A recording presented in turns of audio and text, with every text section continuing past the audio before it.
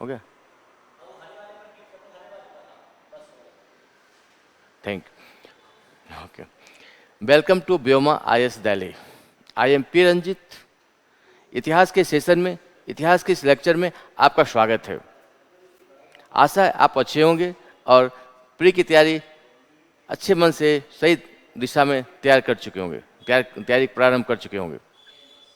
आज का हमारा वीडियो कल के लेसन को, हड़प्पा सप्ताह के लेसन को आगे बढ़ाते हुए हम ये बताने का प्रयास करेंगे कि आखिर हड़प्पा सप्ताह की नेचर क्या है, प्रकृति क्या है, वहाँ के सामाजिक चेंजेज, सामाजिक अवस्थिति, आर्थिक स्थिति, धार्मिक स्थिति, इसके साथ साथ व्यापार, मोहरें, सिक्के, जो इम्पोर्टेंट फैक्ट्स हैं, इम्पोर्टेंट अवधारणाएं हैं, जो आपके एग्जाम के पर्पज से जिसकी आवश्यकता है, उसकी चर्चा करते हुए बताने का प्रयास करेंगे आपके इस हड़प्पा सप्ताह के नेचर से सवाल किस तरह से बनते हैं। तो कल की वीडियो का अगर हम याद करें, ध्यान दें कि कल मैंने बताया था कि हड़प्पा सप्ताह वस्तुतः एक सांस्कृतिक विकास प्रक्रिया का परिणाम था, जिसके आपने अगर गौर किया होगा, सबसे पहले बहुत सारी संस्कृतियाँ आपस में थी। ये संस्कृतियाँ आपस में मिलकर एक बहुत ही विशाल सभ्यता का निर्माण करती है।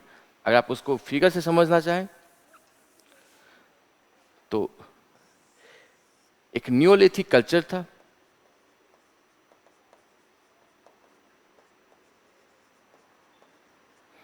नवपाषाणकालीन संस्कृति व्यापार की वजह से आपस में मिलकर एक बहुत ही विस्तृत सभ्यता, इंडस वैली सिविलाइजेशन, सिंधु घाटी सभ्यता का निर्माण करती है, इंडस वैली सिविलाइजेशन का। और कुछ वजह से ये सभ्यता पुनः पतन समाप्त हो जाती है और कोलोथिक एज, ताम्रपाषाण संस्कृति का विकास करती है। तो कहीं न कहीं कल्चर, संस्कृति सिविलाइजेशन होती है, सिविलाइज होती है और पुनः कल्चर में तब्दील हो जाती है। इस प्रक्रिया को संस्कृति से सभ्यता और सभ्यता से पुनः संस्कृति बनने की प्रक्रिया को आपने पिछले सेशन में देखा था। तो यहाँ पर दो सवाल आपके बने थे। पहला, origin of Harappan civilisation and decline of Harappan civilisation. अगर हम ऑरिजिन की बात करें, अगर ऑरिजिन की चर्चा करें, तो अगर ऑरिजिन की बात करें तो हड़प्पा सप्ताह की ऑरिजिन में व्यापार एक महत्वपूर्ण भूमिका थी और उसी तरह व्यापार के पतन ने पुनः उसे संस्कृति में तब्दील कर दिया। तो यहाँ व्यापार की वजह से सप्ताह चढ़ी और व्यापार की वजह से सप्ताह का पतन होता है। इसलिए आप इस गुत्थी को अगर आपने समझ गए होंगे, कोई थ्योरी होगी, कुछ सवाल होगा, तो आप इससे कर सकते हैं कि आखिर हड़प्पा सप्ताह के उदय और पतन में किस तरह का फोर्स काम किया, किस प्रक्रिया के तहत इसका उदय होता है और किस प्रक्रिया के तहत इस सभ्यता का पतन होता है।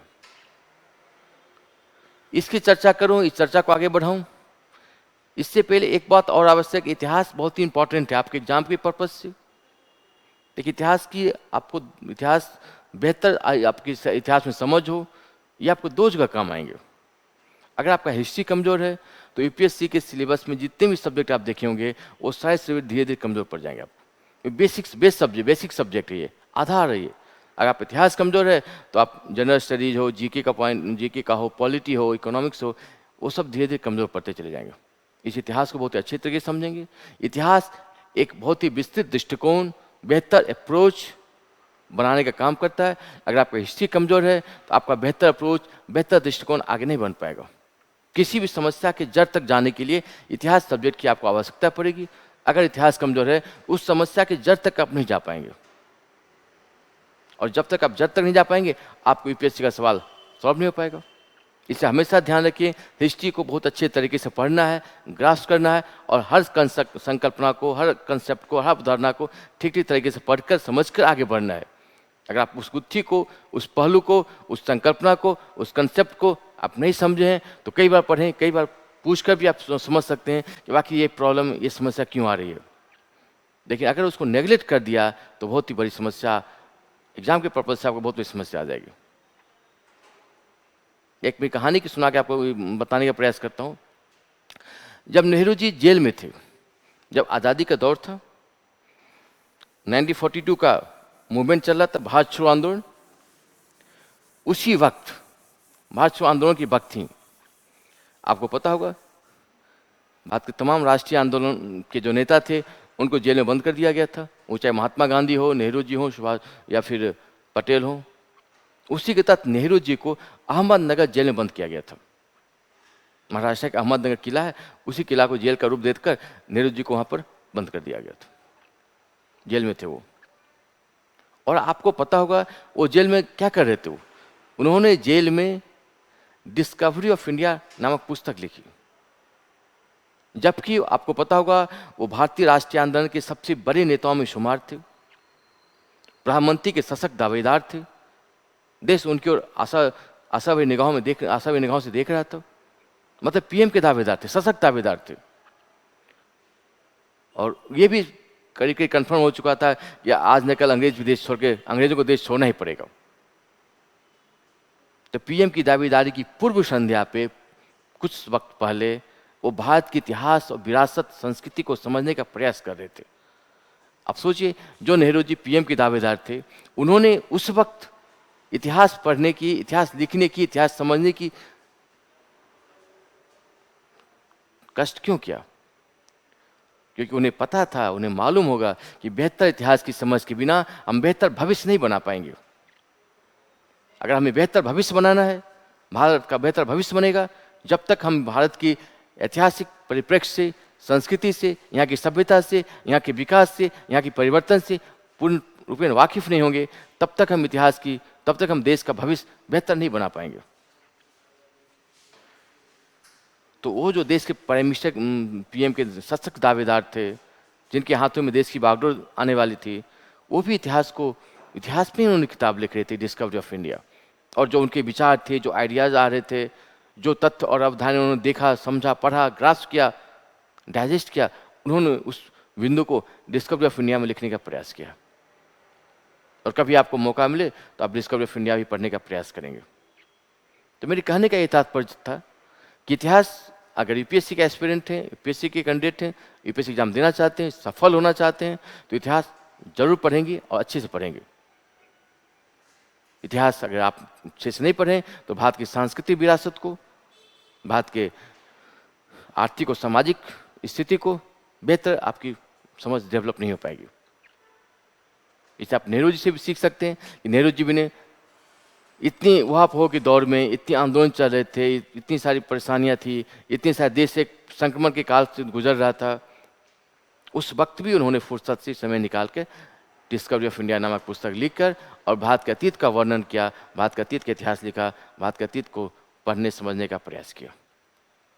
तो जब नेहरू जी के लिए इतना इंपॉर्टेंट थे, तो आप तो एग्जाम देने जा रहे हैं, आप समझिए इस कहानी से आपके लिए कितना इंपॉर्टेंट है इतिहास को जानना, इतिहास समझना, इतिहास के से जूझना। इसलिए जब भी आईएएस की तैयारी प्रारंभ करते हूँ तो इतिहास बेसिक सब्जेक्ट है, मैंने कई बार बताया आपको। बगैर इतिहास की बेहतर समझ, बेटर अंडरस्टैंडिंग के बिना आप किसी भी पहलू में, किसी भी जीके, चाहे जनरल स्टडीज का पार्ट हो, चाहे निबंध का पार्ट हो, चाहे इंटरव्यू का सेशन हो, वहाँ भी आप बेहतर परफॉर्मेंस नहीं दे पाएंगे। इसलिए इतिहास को बहुत अच्छे तरीके से पढ़ेंगे। आज की अगर हम युग की बात करें, आपको पता होगा आज का युग, यहाँ पर डेटा, अगर आप उसको आप ऐसे समझें,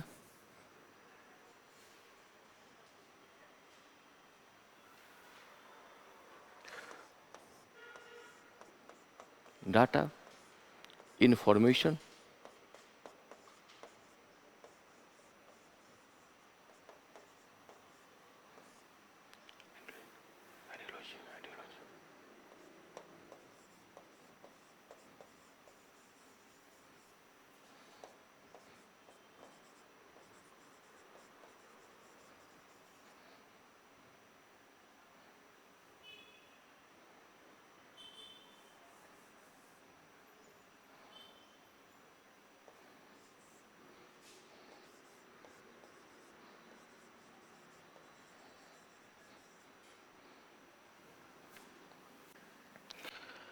आज आपको मालूम होगा आज का जो वक्त है वो इंफॉर्मेशन टेक्नोलॉजी का वक्त है।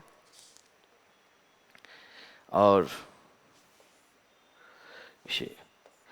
इस इंफॉर्मेशन टेक्नोलॉजी के वक्त में, जमाने में, आप एग्जाम देने जा रहे हैं। आज के 10 साल पहले जब हम एग्जाम दिया करते थे, या 10-15 साल 20 साल पहले, इंफॉर्मेशन टेक्नोलॉजी का जमाना तो था नहीं। उस पर सूचनाओं का प्रवाह इतना ज़्यादा नहीं था, जानकारी लिमिट में होती थी, सीमित होती थी। लेकिन आज आपके पास इतने सारे डाटा हैं, इतने सारे आंकड़ा हैं, इतने सारे डेटा हैं, उस डेटा से कई सारी इंफॉर्मेशन आपके पास है। तो आपके पास इस दो चीज़ की समस्या नहीं है किसी भी सब्जेक्ट में, चाहे हिस्ट्री के संदर्भ में लिया जाए, साइंस के संदर्भ में लिया जाए, या इकोनॉमिक्स के संदर्भ में लिया जाए। आज के डेटा और इंफॉर्मेशन टेक्नोलॉजी के युग में आज के बच्चों के पास ना डेटा की प्रॉब्लम है, ना इंफॉर्मेशन की प्रॉब्लम है। तो समस्या कहाँ है? इस डेटा से, इंफॉर्मेशन से आपकी आइडियोलॉजी या आपका एक ओपिनियन तैयार होना चाहिए। समस्या ओपिनियन या आइडियोलॉजी में। बहुत सारी सूचनाएं आपके पास है, बहुत सारे फैक्ट हैं, बहुत सारे तथ्य हैं, बहुत सारी घटनाओं का वर्णन आपके पास किया जाएगा। ये भी कोई समाजवादी विचारधारा के लोग हैं, उनके पास समाजवादी विचारधारा के हो, मार्क्सवादी हो, चाहे वो अल्ट्रा नेशनलिस्ट विचारधारा के लोग हैं, हर के पास बहुत सारे डेटा है। तो डेटा और इंफॉर्मेशन, सूचना की इस वक्त आपकी कमी नहीं है। तो कमी कहाँ है? इस डेटा और इंफॉर्मेशन को ओपिनियन बनाने में। जब आप उसी ओपिनियन या फिर आइडियोलॉजी आपका तैयार होगा, एक विचार तैयार होगा, फिर आपकी जो नॉलेज है, जो एग्जाम के पर्पस है, जिसकी आवश्यकता है, वो नॉलेज आपके काम आएगा। इसको आप ऐसे समझें, ये डेटा जब तक नॉलेज में कन्वर्ट नहीं होगा, तब तक आप एग्जाम पास नहीं, एग्जाम में अच्छे बेहतर परफॉर्मेंस नहीं दे पाएंगे। और ये डेटा, ये जो इंफॉर्मेशन आपके पास है, ये विचार, इसकी एक विचारधारा बननी चाहिए, आपके एक स्पष्ट ओपिनियन होना चाहिए, एक दिशा होनी चाहिए कि इस डेटा का हम यूज कैसे करें, और उसके बाद वो फिर नॉलेज में कन्वर्ट होगा। तो जब तक आप इतना काम नहीं करेंगे, तब तक आप यूपीएससी को कवर करने के लिए, क्लियर करने के लिए, आपके पास एक अपना ओपिनियन होना चाहिए, एक अपने विचार होने चाहिए, एक आपकी थिंकिंग होनी चाहिए। विचार, जिस विचार की यूपीएससी एग्जामिनेशन में सबसे अहम डिमांड है, अहम योगदान है। इसलिए अगर आपके डेटा है, अगर इतिहास के संदर्भ में लिया जाए, अगर डेटा इंफॉर्मेशन को इतिहास के संदर्भ में लिया जाए, तो आपका बहुत सारे फैक्ट हैं।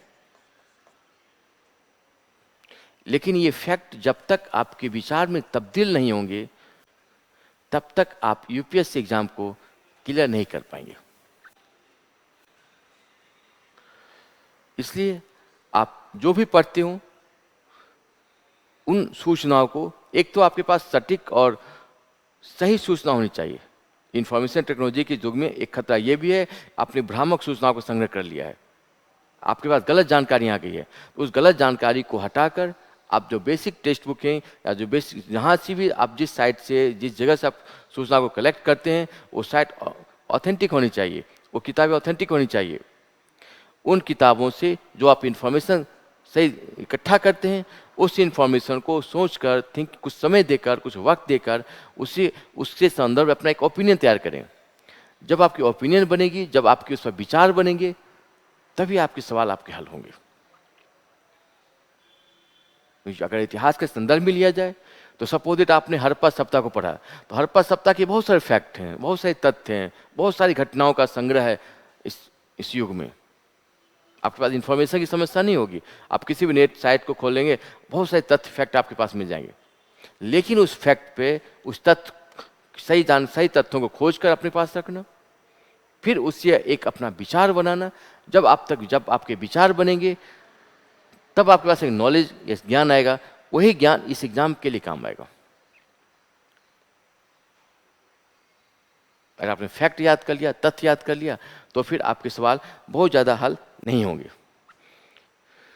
इसको देखिए कैसे हम यूज करते हैं, आप समझिएगा इसको। सपोज इट आपने पढ़ा हड़प्पा सभ्यता का समाज, social changes in Harappan civilisation. अगर हड़प्पा सभ्यता की समाज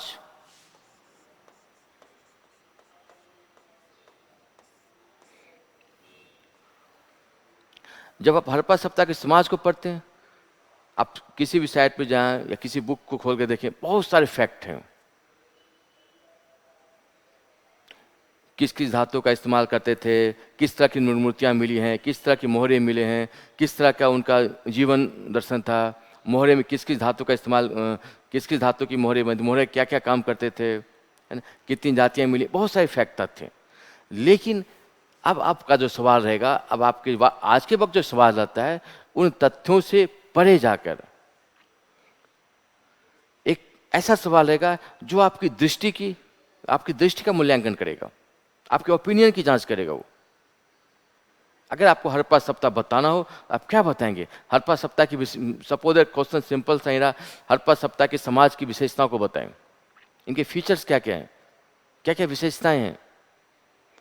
तो वो जो आपने तथ्य याद किए, जो घटनाएं याद की, जो वस्तु याद किया कि कहाँ से मोहरे मिली, कहाँ से मणिकाएँ मिले हैं, किस किस धातु का इस्तेमाल करते थे, महिलाएं क्या क्या लगाती थी, वो लिपस्टिक से लेकर बाल से कंघा से लेकर आप सब याद कर लेते हैं। लेकिन वो सवाल अब आपके डेट में प्रासंगिक नहीं रहे। आपके सवाल बनेंगे कि आखिर इस समाज ने, अगर प्रेजेंट डे में देखा जाए, आज के दिन में इस समाज से हम क्या सीख सकते हैं और समाज की ओवरऑल क्या विशेषता है। तो उसी, अगर आपने एक ओपिनियन बना लिया कि हाँ ये समाज की ये विशेषता, मोल ये विशेषताएं थी, फिर आपका कोई भी सवाल बन जाएगा। तो आपको पहले जो थ्रस्टिंग पावर है, थ्रस्टिंग इश्यूज हैं, ये समाज में क्या क्या विशेषताएं हैं, उन विशेषताओं को समझते हुए फिर आप बताने का प्रयास करेंगे कि आखिर आपके इस समाज में क्या क्या खास बातें हैं। तो उसकी हम चर्चा करते हुए देखते हैं। तो आज हम सबसे पहले इस बिंदु पर चर्चा करेंगे कि आखिर हड़प्पा सभ्यता की सामाजिक स्थिति, उनकी सामाजिक परिस्थिति, उनके समाज का मूल्यांकन करते हुए ये बताने का प्रयास करेंगे कि आखिर उनके समाज से आज के वक्त, वर्तमान काल में हम क्या सीख सकते हैं। अगर आपने गौर करेंगे, जब समाज को पढ़ना हो, तो एक बात हमेशा याद रखिए, समाज, एक इतिहासकार, एक एंथ्रोपोलॉजिस्ट थे, उन्होंने बताया था समाज के विकास का विकासवादी स्वरूप बताया था कि कोई भी समाज पहले जंगली होगा, फिर बर्बर होगा, फिर जंगली होगा, और फिर सभ्यता का विकास होगा। लेकिन जब हमारे पास सभ्यता के समाज का मूल्यांकन करते हैं, तो एक बात और करते हैं कि यहाँ के समाज वो जंगली बर्बर के अपेक्षा बिल्कुल विपरीत दिशा में था, न वो जंगली था न बर्बर था। और एक पॉइंट और याद करेंगे, जब भी आप समाज का मूल्यांकन करेंगे, तो समाज का मूल्यांकन दो आधार पर किया जा सकता है, बेहतर किया जा सकता है। उस समाज में महिलाओं की स्थिति, और वो समाज शिक्षित था या नहीं था। अगर आज की वक्त भी अगर आप देखेंगे, किसी समाज में, किसी प्रदेश में, किसी देश में, किसी जगह पे अगर महिलाएं सुरक्षित नहीं है, अगर वो वहाँ का समाज ज़्यादा पढ़ा लिखा नहीं है, वो वर्ग ज़्यादा पढ़ा लिखा नहीं है, तो हम कह देते हैं वो समाज पिछड़ा हुआ समाज है। तो समाज की मूल्यांकन का दो आधार बहुत ही सटीक आज भी है, और प्राचीन काल के वक्त से लेकर आज तक सटीक है। उस समाज में आखिर महिलाओं की स्थिति कैसी थी, और समाज शिक्षित था या नहीं था। और जब इस समाज को आप देखते हैं, हड़प्पा समाज को जाएंगे, तो इस मूल्यांकन पर, इस आधार पर ये समाज, हड़प्पा समाज सटीक बैठता है। यहाँ महिलाओं की स्थिति बहुत ही अच्छी थी, बेहतर थी, और दूसरा यही समाज शिक्षित समाज भी था। तो इस बिंदु को हम आगे बढ़ाते हुए प्रयास करेंगे कि समाज में और सारी बातें देखें। तो आपने देखा है कि दो आधार पर, कि जब इस समाज में, एक तो इस समाज में महिलाओं की स्थिति अच्छी थी, इसका तात्पर्य निकला है ये समाज मातृसत्तात्मक था, मैटरनल सोसाइटी, मातृसत्तात्मक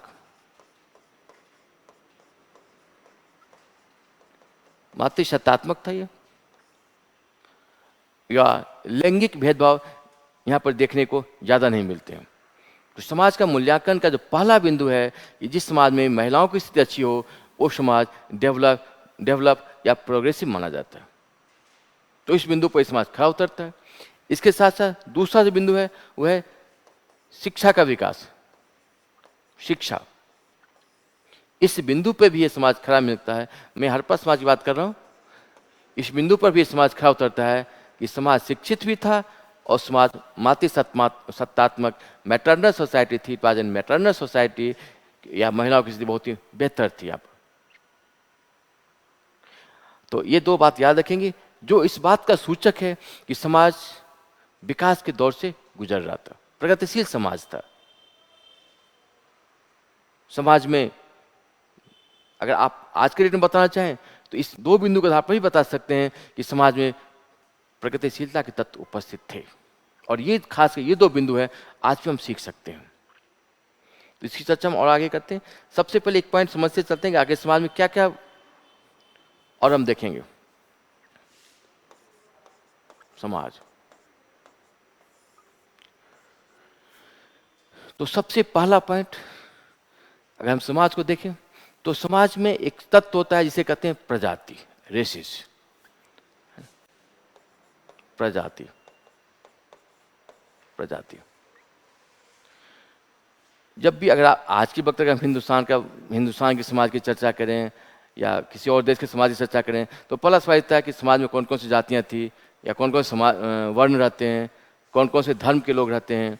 उसी तरह से एक पहलू ये भी होता है कि समाज में किस किस प्रजाति की रेसेज, किस किस प्रजाति या किस रेस के लोग रहते हैं। रेस क्लासिफिकेशन, प्रजाति। तो इस बात को आप याद कर लेंगे कि आखिर हड़प्पा समाज में मुख्यतः 4 प्रजाति के लोग थे। ये तथ्य जो आप फैक्ट है जो याद करेंगे, जिसकी आपको एग्जाम में पूछा भी जाएगा और जिसको आपकी प्रासंगिकता आज आगे के कहीं न कहीं मेंस या प्री में आपको जरूरत पड़ेगी। तो 4 प्रजाति के लोग रहते थे। तो समाज की अगर प्रजाति की तुलना किया जाए तो समाज में मुख्यतः 4 प्रजाति के लोग थे। जो सबसे आम थे उसे कहते हैं भूमध्य सागरीय। भूमध्य सागरीय, मेडिटेरियन।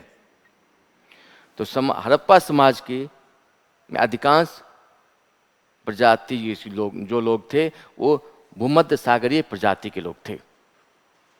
तो आप इस बात को याद रखेंगे, इस अगर सवाल में पूछा जाए तो सबसे पहला भूमध्य सागरीय। जो दूसरा था प्रोटो ऑस्ट्रेलाइड। Proto Australoid. और जो तीसरा था जिसे कहते हैं मंगोलाइड।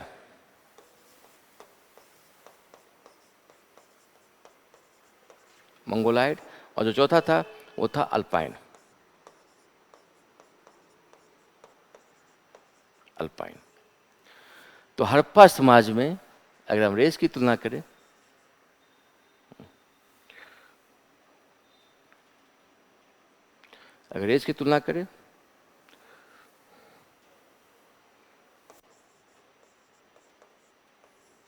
तो first Mediterranean, proto Australoid, Mongoloid and alpine. इस प्रजाति के नाम को आप याद करेंगे। हड़प्पा समाज के में जो तरह तरह के अलग अलग जो प्रजाति के साक्ष्य मिले हैं वो इन्हीं 4 प्रजातियों के साक्ष्य मिले हैं। और जो इसमें सबसे मैक्सिमम नंबर ऑफ प्रजाति भूमध्य सागरीय या मेडिटेरियन से मिले हैं। तो याद रखेंगे हड़प्पा समाज 4 प्रजातियों के सम्मिश्रण थे। वहाँ पर 4 प्रजाति आपस में रहते थे, यानी बहुप्रजातीय सभ्यता थी, बहुप्रजातीय संस्कृति थी, मल्टी रेसेस कल्चर, सिविलाइजेशन। तो पहला भूमध्य सागरीय जिसकी संख्या सबसे ज़्यादा थी, second proto Australoid, third Mongoloid और चौथा अल्पाइन। जैसे अभी हम चर्चा करते हैं आज हिंदू, मुस्लिम, सिख, ईसाई, भारत में बहुत सारे धार्मिक संपन्थ मिलकर रहते हैं, उसी तरह से उस वक्त भी हम कर सकते हैं हड़प्पा में ये 4 अलग अलग प्रजाति, अलग अलग रेसेस के लोग मिलकर रहते थे। तो समाज को पहला बिंदु बताने का प्रयास करेंगे कि समाज बहुप्रजातीय था। इसका अगर आप इसका विश्लेषण करेंगे तो समाज बहुप्रजातीय था, मल्टी रेसेस सिविलाइजेशन। और ये सम्मिश्रण का नाम था, कॉपरेशन का नाम था, जहाँ सब मिलकर आपस में रहते थे। इसमें एक बात और ध्यान रखेंगे, इस सभ्यता में निग्रो प्रजाति के लोग नहीं थे। तो आप इसका भी ध्यान रखेंगे, इस बात को कभी भूलेंगे नहीं कि यहाँ पे निग्रो प्रजाति के लोग नहीं थे। आमतौर पर निग्रो प्रजाति अफ्रीकन कंट्री में पाए जाते हैं, अफ्रीका के जो लोग होते हैं और निग्रो प्रजाति के लोग होते हैं, और निग्रो प्रजाति के लोग कहीं न कहीं इस सभ्यता में अनुपस्थित थे। इसकी चर्चा कहीं और हम करेंगे या मानव शास्त्री आपसे बताने का प्रयास करेंगे, क्योंकि निग्रो अफ्रीका से ही भारत में मानव अफ्रीका से यहाँ पे आए और अफ्रीकन कंट्री के मानव निग्रो का यहाँ अनुपस्थित होना ये किसी और तरफ इशारा करता है। तो पहला बिंदु, पहली बात कि हड़प्पा सभ्यता बहुप्रजातीय सांस्कृतिक एकीकरण का नाम था, जहाँ पे 4 अलग अलग प्रजाति के लोग मिलकर आपस में रहते थे। तब इस पॉइंट को समझ गए। अब हम सेकेंड पॉइंट पे आते हैं, है ना, कि जब हम इसके बाद जब दूसरी चर्चा करते हैं तो समाज में आज की तरह जाति प्रथा, वर्ण व्यवस्था, कास्ट सिस्टम या जो वर्ण व्यवस्था वगैरह या उनकी धार्मिक स्थिति के आधार पर भेदभाव, इसका पता ज़्यादा नहीं चला है। तो दूसरा पॉइंट जो होगा वो बताएंगे, यहाँ पर समाज में जाति प्रथा हो या फिर वर्ण व्यवस्था, ये जाति प्रथा या वर्ण व्यवस्था के साक्ष्य हड़प्पा के समाज में देखने को नहीं मिलते हैं। नो कास्ट सिस्टम, नो वर्ण सिस्टम। तो सबसे पहली बात बताने का प्रयास करेंगे इस समाज को देखते हुए कि समाज में 4 अलग अलग प्रजाति के लोग रहते थे, भूमध्य सागरीय, प्रोटो ऑस्ट्रेलाइट, मंगोलाइट, अल्पाइन। निग्रो प्रजाति के लोग यहाँ पर नहीं मिलते थे। और दूसरा पॉइंट आप बताने का प्रयास करेंगे, इस समाज में जाति और वर्ण जैसी व्यवस्था का उल्लेख नहीं मिलता है। ये जाति और वर्ण व्यवस्था का उल्लेख वैदिक काल आने के बाद मुझे मिलेगा। इतिहास में जब जाति और वर्ण व्यवस्था के इतिहास की आप जानकारी लेंगे तो उत्तर वैदिक काल से वर्ण व्यवस्था या फिर बाद के दिनों में जाति व्यवस्था का उल्लेख हम पाते हैं। तो यहाँ के समाज में कास्ट या वर्ण सिस्टम का उल्लेख नहीं मिलता है। तीसरा इसी से मिलता जुलता पॉइंट है, मैंने अभी आपको बताया भी था कि महिलाओं की स्थिति काफ़ी अच्छी थी। महिलाओं की स्थिति अच्छी थी, इसलिए इसे मैटरनल सोसाइटी या मातृसत्तात्मक समाज कहते हैं। जब हम वैदिक आज की सभ्यता की समाज की तुलना करेंगे तो वैदिक समाज में पितृसत्तात्मक पैटर्नल सोसाइटी थी, यहाँ पुरुष प्रधान समाज था। लेकिन अगर हम इसका यहाँ पर करें तो ये महिला प्रधान समाज था, है।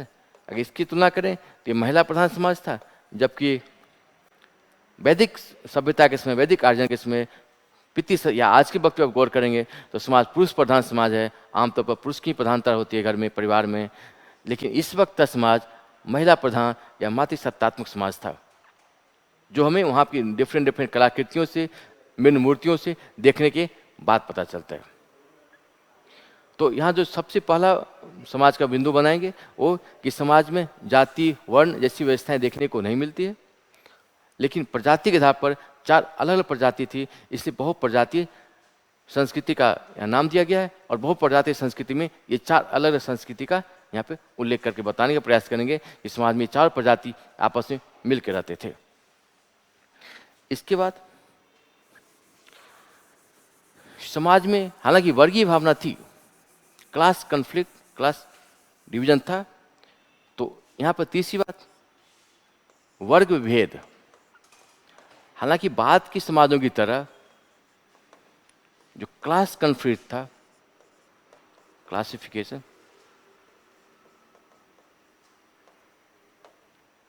है ना, तो जो क्लास कन्फ्लिक्ट था वो बाकी समाज में जितना स्पष्टता से नजर आता है, इस समाज में, हड़प्पा समाज में वर्ग भेद तो था, लेकिन उतनी स्पष्टता से ये यहाँ पर दिखाई नहीं देता है। और वर्ग भी था, तो वर्ग भेद के साथ साथ वर्ग समन्वय भी था।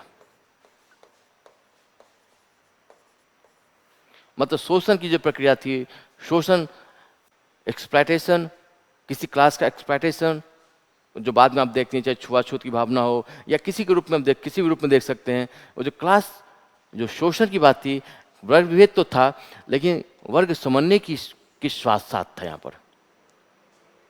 क्योंकि अगर आप देखेंगे किसी भी शहर की बनावट को देखेंगे, एक ऊंची टीला होते हैं, उसके नीचे श्रमिकों का आवास होते हैं, तो कहीं ना कहीं क्लास तो था ही, लेकिन क्लास कन्फ्लिक्ट, वर्ग संघर्ष की भावना यहाँ पर देखने को नहीं मिलती है। तो कहीं ना कहीं क्लास कन्फ्लिक्ट यहाँ पर देखने को नहीं मिलता है, जो कि बाद की सोसाइटी में स्पष्ट नजर आता है। चाहे वो वैदिक काल कहीं देखें या बाद में देखते चले जाएं, कहीं ना कहीं क्लास कॉन्फ्लिक्ट था, जिसकी चर्चा हम आगे करेंगे। लेकिन इस समाज में यहाँ पर क्लास कॉन्फ्लिक्ट नहीं था। लेकिन उसी में आप याद करेंगे कि बहुत बड़े इतिहासकार थे जिनका नाम था मार्टिमर व्हीलर। व्हीलर जिन्होंने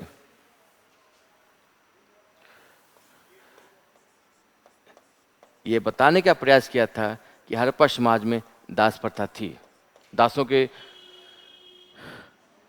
पे बताने का प्रयास कर बताए थे कि हड़प्पा समाज में दास प्रथा थी।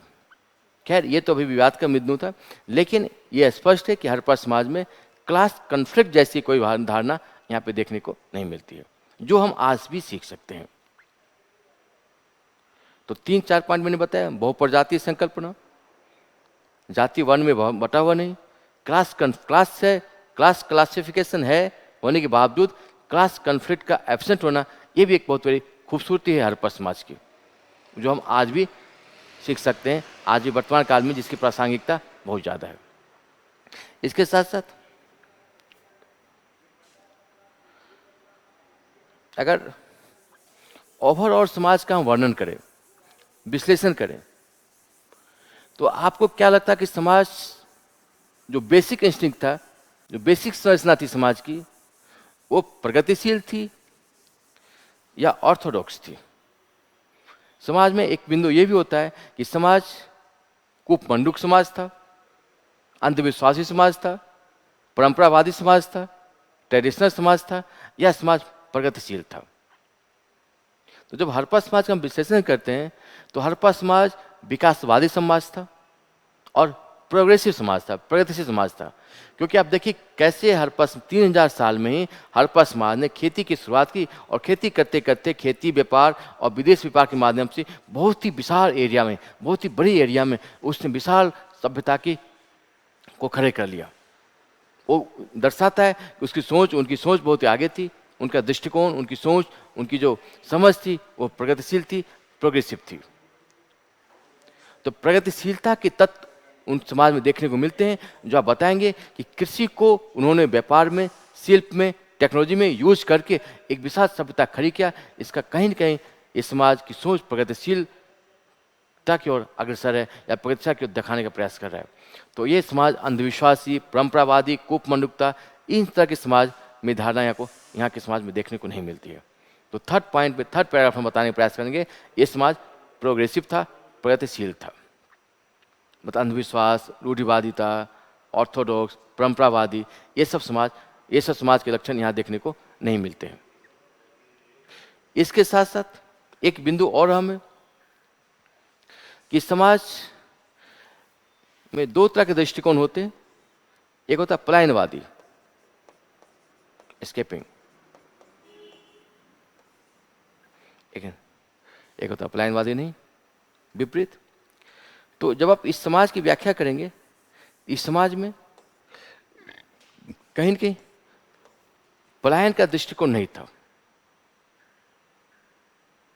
इसका दूसरा तात्पर्य निकला कि समाज भौतिकवादी था, मेटेरियलिस्टिक सोसाइटी, भौतिकवादी समाज था।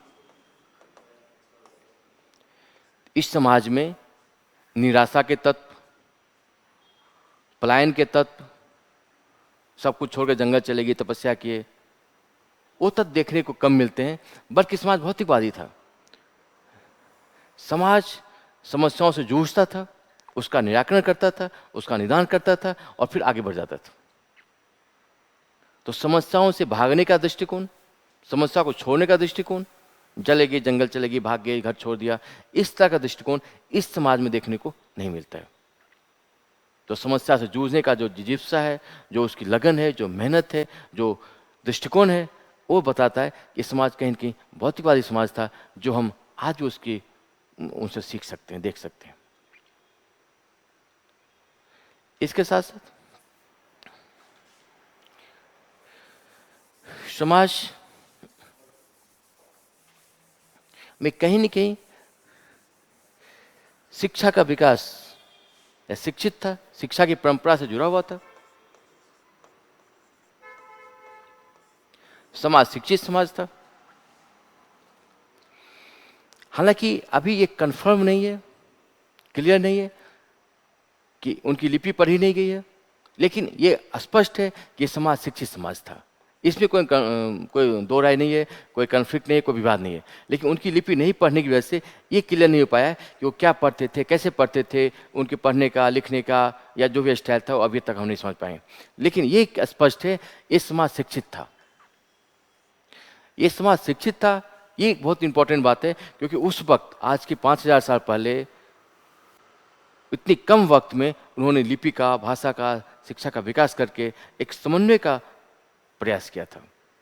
तो शिक्षा का साक्ष्य हमें लिपि से मिलता है, इनको लिपि को देखते हुए। हालांकि उनकी जो लिपि थी अभी तक पढ़ी नहीं गई है, इसलिए इसे प्रोटो हिस्ट्री भी कहा जाता है, आद्य इतिहास। लेकिन अगर पूरे उनके क्षेत्रफल को देखा जाए, पूरे एरिया को देखा जाए, तो हड़प्पा सप्ताह में कोई एक लिपि या कोई एक भाषा तो रही नहीं होगी। इतनी विशाल एरिया में, इतनी विशाल क्षेत्र में बहुभाषीय या बहुत सारी लिपि के साक्ष्य मिलने चाहिए थे। लेकिन अभी लिपि का एक ही नमूना मिला है। ये शायद ऑफिशियल या राजकीय लिपि रही होगी। तो इस लिपि से भी आप कुछ बताने का प्रयास करेंगे। ये समाज में ये दर्शाता है कि समाज शिक्षित परंपरा से जुड़ा हुआ था, असभ्य नहीं था, अशिक्षित नहीं था। तो इस लिपि से भी कुछ सवाल बनते हैं, आप यहीं क्लियर कर लीजिए। इनकी लिपि को पिक्टोग्राफी कहा जाता है, भाव चित्रात्मक। अगर आप इनकी लिपि को देखेंगे, इनकी लिपि का नाम था भाव चित्रात्मक। भाव चित्रात्मक लिपि या पिक्टोग्राफी,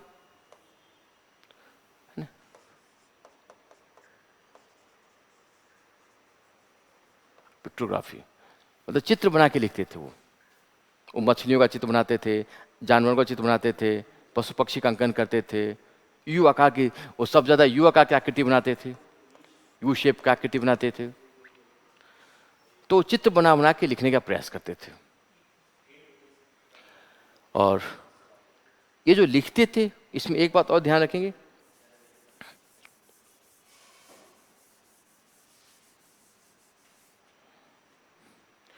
वो जो लिखते थे वो एक लाइन बाएं से दाएं लिखते थे और दूसरी लाइन दाएं से बाएं लिखते थे। अगर मान लिया आपने लिखा, इधर से लिखना शुरू किए, फिर से इधर, फिर इधर से लिखेंगे, फिर इधर से लिखेंगे। तो कहीं न कहीं उनकी जो लिपि थी, इधर लिखे थे, फिर इधर से लिखेंगे।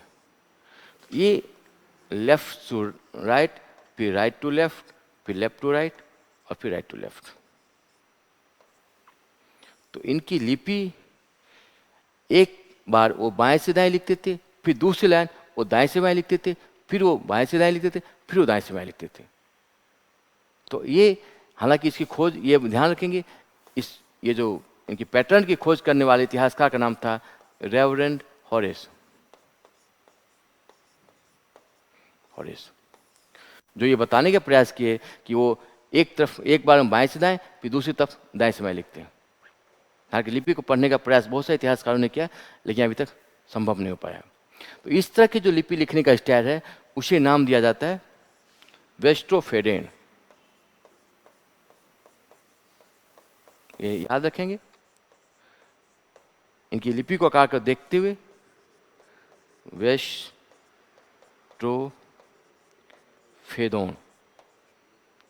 ये इनकी लिपि वेस्ट्रोफेदोन कही जाती है।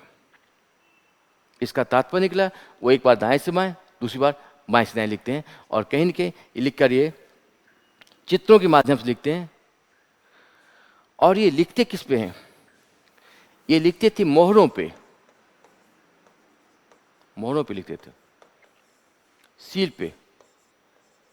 स्टील पे लिखते थे। इसका तात्पर्य निकला वो कागज पे या दीवारों पे, पत्थर पे, किसी मूर्ति पे, कहीं पे नहीं लिखते थे, बल्कि वो शिला पे या मोहरों पे लिखते थे। इनकी जो लिपि थी वो मोहरों पे खुदी हुई थी, सील पे लिखी हुई थी। तो ये 3-4 पॉइंट आप याद रखेंगे इनकी लिपि भाषा को देखते हुए। इनकी भाषा का, इनकी लिपि का नाम था पिक्टोग्राफी, भावचित्रात्मक, जो वो एक तरफ बाएं से दाएं और दूसरी बार बाएं दाएं से बाएं लिखते थे, जिसे वेस्टोफेरेन की संज्ञा दी गई है। इसके साथ साथ वो तरह तरह के चित्र बनाते थे, कहीं मछली का, पशु का, पक्षी का, एक श्रृंगी बैल का, ये सब चित्र बनाते थे। लेकिन जो सबसे ज्यादा आकृति बनाए थे उन्होंने युवा का की आकृति बनाई थी। और एक बात और लिखेंगे, देखेंगे इसी में कि जो सबसे मैक्सिमम जो लाइन मिली है उसमें 17 अल्फाबेट मिले हैं। तो ये इनकी जो अभिलेख मिले हैं या जो जहाँ पर लिखते थे मोहरों पे, वो बहुत बड़े बड़े लेख नहीं मिले हैं, छोटे छोटे लेख मिले हैं। सबसे अधिकतम जो संख्या मिली है वो 17 ही मिले हैं। ये भी एक वजह है जिसकी वजह से हम आज तक इनकी लिपि को पढ़ नहीं पाए हैं। एक तो इनकी लिपि नहीं पढ़ी गई, इसकी दो वजह है। एक तो इनके अभिलेख बहुत छोटे छोटे होते हैं, साइज में बड़े नहीं होते। अगर साइज में बड़ा होता तो भाषाविद अंदाज लगा के शायद पढ़ भी लेते। और जो दूसरी वजह है वो कि कोई द्विभाषीय अभिलेख नहीं मिला है, बाइलिंगुअल कोई स्क्रिप्ट नहीं मिला है। जहाँ मिस्र की सभ्यता या मेसोपोटामिया सभ्यता में जो अभिलेख मिले हैं, एक अभिलेख में एक रोसेटा अभिलेख है मिस्र के सभ्यता में, जहाँ पर उसी रोसेटा अभिलेख में 3 अभिलेख मिले हैं, 3 लिपि मिली है। मिस्र की भावचित्रात्मक लिपि के साथ साथ वहाँ की एक ग्रीक लिपि का भी साक्ष्य मिला है। और भाषाविदों ने अंदाजा लगा के तो जोड़ करके उस लिपि को पढ़ लिया। लेकिन हड़प्पा के साथ सभ्यता के साथ प्रॉब्लम यह है, यहाँ पर कोई द्विभाषीय अभिलेख बाइलिंगुअल जो स्क्रिप्ट होता है वो नहीं मिला है। और लिपि बहुत छोटे, जो साइज है उनका बहुत ही छोटा छोटा है। इस वजह से हम इनकी लिपि को आज तक डिसिफर नहीं कर पाए हैं।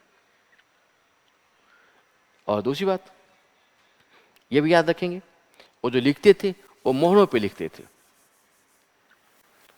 यानी भित्ति चित्र का या भित्ति लेख का, दीवार पे लिखने का, पत्थर पे लिखने का, कागज पे लिखने का, पत्ता पे लिखने का, ये ध्यान रखेंगे। आप इसको नकारेंगे, वो सिर्फ सिल पे लिखते थे, मोहरों पे लिखते थे। ये भी इसकी अनूठी विशेषता है उनके समाज की कि सिल पे ये लिखते थे।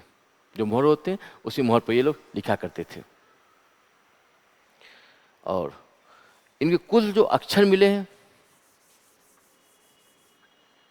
कुल अक्षर की देखी जाए तो 250 से लेकर 400 तक। अभी तो खोज जारी है, लेकिन अमूमन 250 से 400 के बीच में वर्ण वाला अल्फाबेट करीबन 250 से 400 रहे होंगे। हालांकि जो मूल चिन्ह है वो 64 ही है, जो मूल चिन्ह है वो 64 है। लेकिन आमतौर पर जो टोटल अल्फाबेट की तुलना की जाए, गणना की जाए तो 250 से 400 के बीच मिले हैं। इनकी लिपि को बहुत से इतिहासकारों ने पढ़ने का प्रयास किया। उसमें नाम देखते हैं कौन कौन इतिहासकार हैं। किसी का कहना ये ब्राह्मी लिपि की समकक्ष है, किसी का कहना ये संस्कृत लिपि के समकक्ष है, किसी का कहना ये द्रविड़ लिपि के समकक्ष है। और बहुत सारे भाषाविदों ने इस लिपि को पढ़ने का ही प्रयास किया, लेकिन आज तक वो लिपि पढ़ी नहीं गई है। तो इसको भी आप एक बार देख लेते हैं।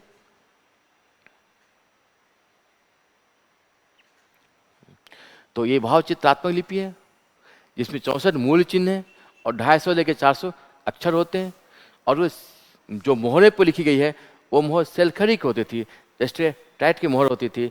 उस मोहर जो आयताकार मोहरें होती थी उस मोहर पर वो अपनी लिपि को खुदा करते थे, लिखा करते थे। तो अब इस बात को याद रखेंगे, सेलखड़ी की मोहरें होती थी। कुछ जो है वो तांबे की गुटिकाएं पे भी मिली है, तांबे की मोहरों पर भी मिली है। लेकिन आमतौर पर सेलखड़ी की मोहरें होती थी और उसी सेलखड़ी की मोहरें जो आयताकार मोहरें होती थी उसी मोहरे पर वो उनकी लिपि का साक्ष्य मिला है। इस पॉइंट को भी आप याद रखेंगे। और वेस्टोफेरेन उन्हें लिपि कहा जाता था क्योंकि वो दोनों तरफ से लिखते थे, दाएं से बाएं भी और बाएं से दाएं भी। तो सिंधु लिपि का जो पहला साक्ष्य मिला है, अगर आप गौर करेंगे, जो पहला साक्ष्य मिला है वो 1253 में प्रथम साक्ष्य मिला है। सिंधु लिपि के उसी में जब सिंधु की खोज हुई थी, आपने गौर किया होगा, पढ़ा होगा कभी कभी, कि जब सिंधु की खोज होती है तो जो हड़प्पा स्थल की खोज होती है, उसी वक्त इनकी लिपि भी सामने आई थी। 1853 से ये लिपि का साक्ष्य मिलता है और 1923 आते आते इनकी पूरी की पूरी लिपि सामने आ गई। अब सबसे पहले ये कहा गया ये आखिर द्रविड़ीय लिपि है, और फादर हैरास और टीएस बरी का कहना था कि ये द्रविड़ लिपि के समकक्ष है, लेकिन ये भी आज तक कंफर्म नहीं हो पाया इनकी लिपि द्रविड़ लिपि के समकक्ष है। फिर कुछ इतिहासकार बोलते हैं कि कैन की संस्कृत लिपि से मिलता जुलता है, जिसमें इनका नाम रामचंद्रन और एस.आर. राव जैसे इतिहासकार हैं जो ये कहते हैं कि संस्कृत लिपि से मिलता जुलता है। इसी की तरह कुछ इतिहासकार कहना है कि ब्राह्मी लिपि से मिलता जुलता है, जिसमें लैटिन, और उनका कहना था कि कहीं न कहीं ये ब्राह्मी लिपि से मिलता जुलता ये है।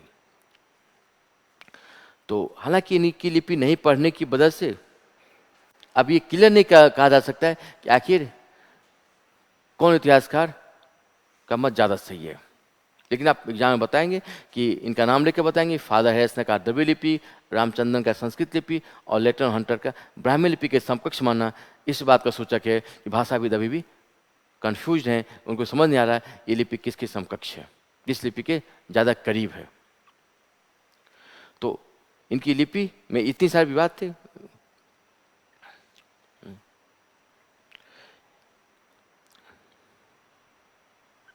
अब अपने हम मुद्दे पे आते हैं। हमने देखा कि सिंधु घाटी सभ्यता में लिपि के साक्ष्य मिले, पिक्टोग्राफी लिपि कहा जाता है। भाव चित्रात्मक चित्र बनाते थे, पशु पक्षियों के, मछलियों के, युवका के चित्र बनाते थे और चित्र बना के वो बताने के प्रयास करते थे, और शायद ये इनकी कहीं न कहीं इस लिपि के माध्यम से वो बताने के प्रयास कर रहे थे ये शायद राजकीय लिपि रही होगी, और इसे बेस्ट ऑफ फेडन की संज्ञा दी गई है। अब अगर हम तो समाज में चौथे पांचवें पॉइंट पे हम आते हैं कि समाज शिक्षित था, महिलाओं की भूमिका अच्छी थी, समाज में कहीं न कहीं कई सारे वर्ग आपस में मिलकर रहते थे, क्लास कॉन्फ्लिक्ट, वर्ग संघर्ष की भावना, वर्ग विभेद की भावना, क्लासिफिकेशन की भावना देखने को कम मिलती है। समाज प्रोग्रेसिव था। इसके साथ साथ समाज में कुछ और बिंदु थी।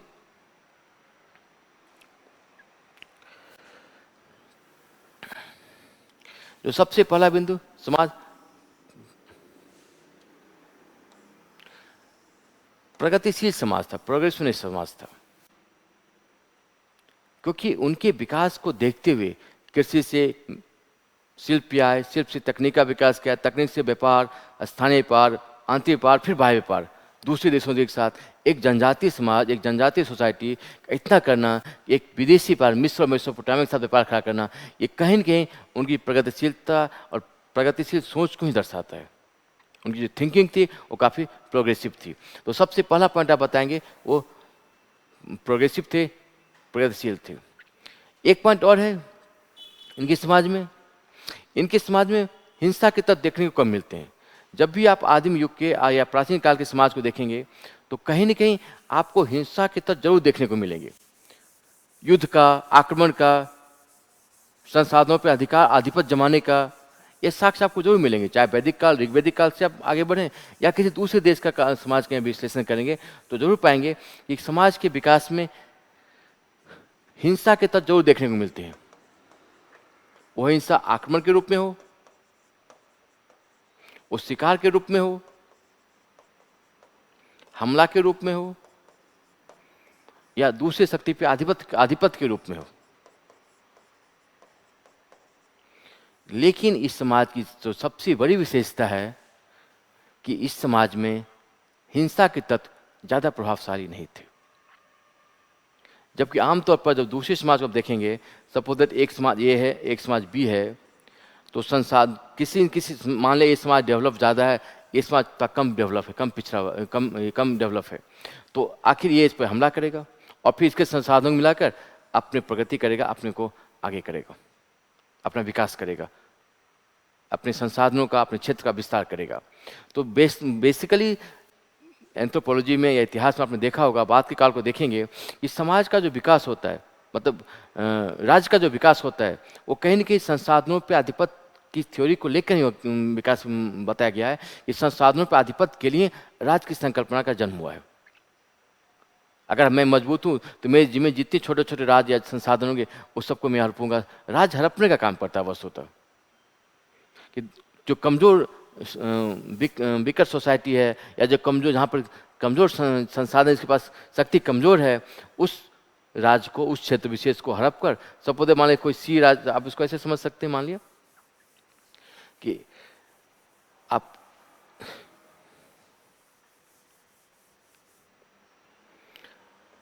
मान लिया एक ए है, एक बी, सी, एक डी, यहाँ पे 4 अलग अलग समाज, अलग अलग क्षेत्र विशेष में 4 अलग अलग शक्तियां थी, मान लिया।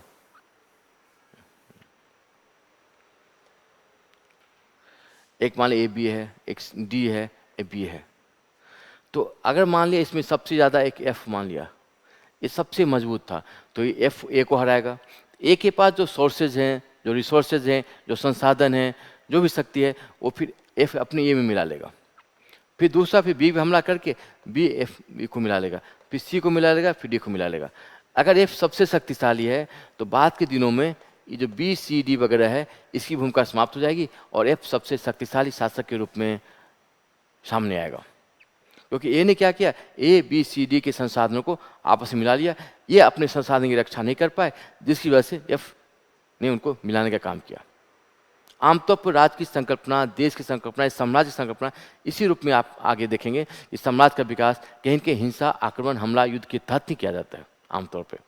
लेकिन ये बहुत ही खूबसूरत बात है, बहुत ही अच्छी बात है कि हड़प्पा समाज में कहीं कहीं इस तरह ये थ्योरी फेल कर जा रही है।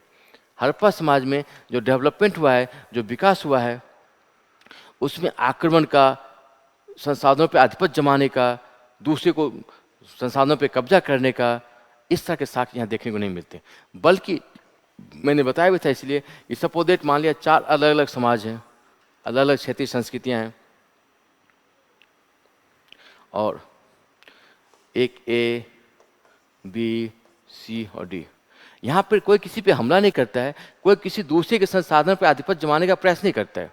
यहाँ हिंसा के तत्व बिल्कुल नहीं है, बल्कि ए बी के साथ व्यापार करता है, फिर बी डी के साथ, डी ए के साथ और सी ए के साथ।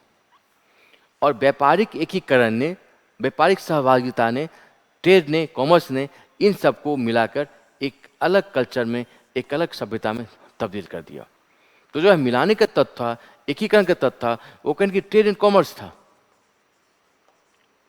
लेकिन आमतौर पर दूसरे समाज में, किसी पूरे इतिहास में हम देखेंगे, यहाँ पे ए बी पे हमला करेगा, फिर बी सी पर करेगा, पी इस पर करेगा, जो शक्तिशाली हुआ वो उसकी सरकार बनेगी, उसकी राज्य बनेगा, उसका साम्राज्य तैयार होगा।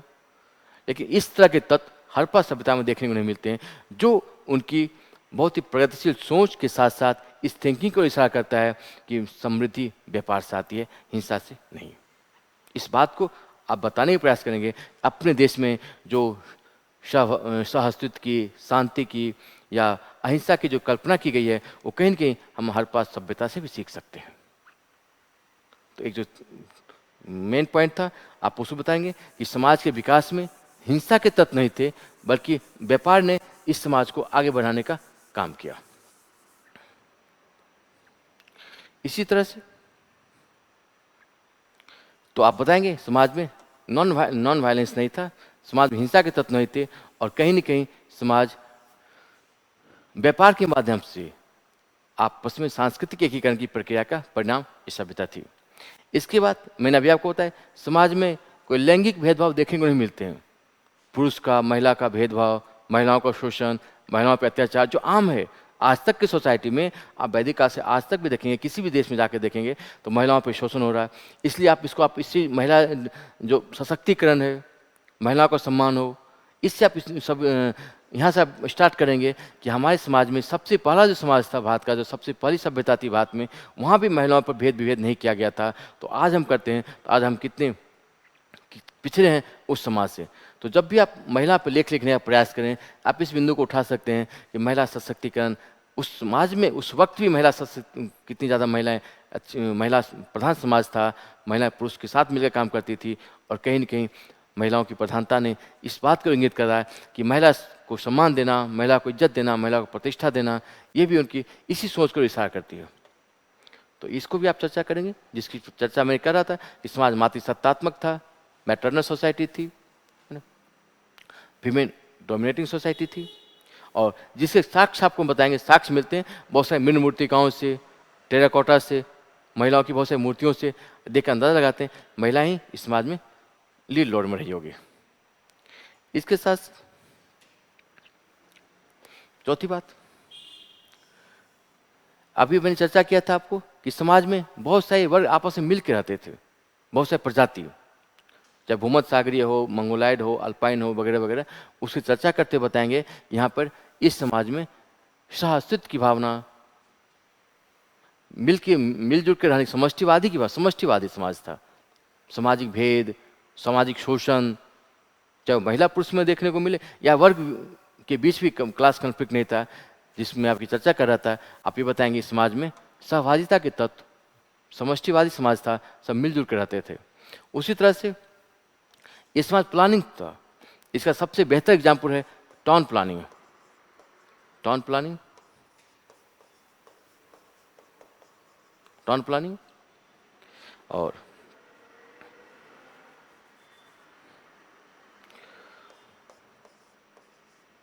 टाउन प्लानिंग, तो समाज प्लान वे में था, नियोजित समाज था।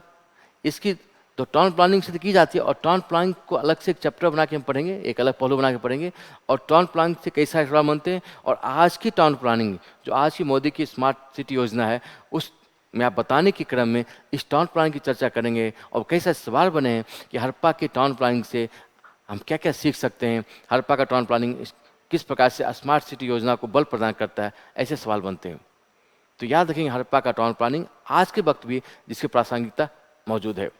तो टाउन प्लानिंग से भी बता सकते हैं कि हड़प्पा समाज कितना नियोजित और कितना प्लान वे में समाज का विकास किया गया था। लेकिन इसके साथ साथ दूसरा बिंदु आप ये बता सकते हैं कि कृषि का विकास, शिल्प का विकास, टेक्नोलॉजी का विकास, व्यापार का विकास इतने बड़े एरिया में, इतने बड़े क्षेत्र में, वो भी उस जमाने में अगर किया जाना, तो कहीं ना कहीं ये समाज के नियोजित विकास की ओर ही सूचक कर रहा है। तो ये दो एग्जाम्पल से बताएंगे कि समाज में प्लान वे में सोसाइटी थी। समाज मेटेरियलिस्टिक था, भौतिकवादी था। मैंने अभी चर्चा की थी कि समाज भौतिकवादी समाज था, कोई एग्जिस्टिंग से सब मिलजुल कर रहते थे। इसके साथ साथ आप एक बात ये भी बताने का प्रयास करेंगे कि समाज में हिंसा के तत्व तो थे ही नहीं थे। इसके साथ साथ यहाँ पर आक्रामक प्रकार के हथियार भी नहीं मिले हैं। हथियार का न मिलना दो बात का सूचक है कि समाज में बाहरी तत्व से खतरा नहीं था, के साथ साथ इंटरनल एलिमेंट्स भी समाज में हिंसा के तत्व हिंसा नहीं फैलाया करते होंगे। तो ये बाहरी तत्व से सुरक्षा के साथ साथ ये भी बात क्लियर करती है कि समाज में हिंसा के तत्व ज़्यादा प्रबल नहीं थे। चोरी का भय हो, लूट का भय हो, क्योंकि व्यापार हो रहा था, समझ व्यापार हो रहा था। व्यापारिक सामान एक जगह दूसरे जगह जा रहा है, रास्ते में लूट लिया, चोरी हो गई, गुम हो गया, मार दिया, ये घटनाएं नहीं घटती होंगी, तभी तो यहाँ के हथियार आक्रामक नहीं रहे होंगे। तो ये भी एक पॉजिटिव बात है। अब बताने का प्रयास करेंगे कि समाज में उस वक्त समाज में भी आपराधिक मानसिकता या क्रिमिनल माइंडेड का साक्ष्य नहीं मिला, हिंसा के तत्व नहीं मिले उस वक्त के समाज में भी, देखेंगे।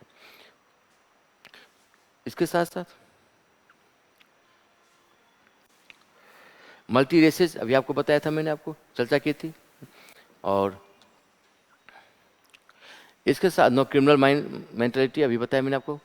इसके साथ साथ जब आप लेख लिखें एक विविधता में एकता, यूनिटी डाइवर्सिटी, तो भी आप बताने का प्रयास करेंगे यहाँ पर सभी वर्ग, महिला पुरुष, अलग अलग प्रजाति के लोग, अलग अलग क्षेत्र के लोग सब मिलकर किस तरह से भौतिकवादी विकास किया था। सबकी सोच एक थी, अपना विकास, अपना डेवलपमेंट करना, भौतिकवादी सोच। वो पलायनवादी नहीं थे, सब मिलकर रहते थे। तो ये भी एक था कि सबका लक्ष्य एक ही था, डेवलपमेंट डेवलपमेंट डेवलपमेंट। और जब ये सबका लक्ष्य ये था, तो देखिए सब मिलकर कितनी भी सभ्यता खड़ी कर ली।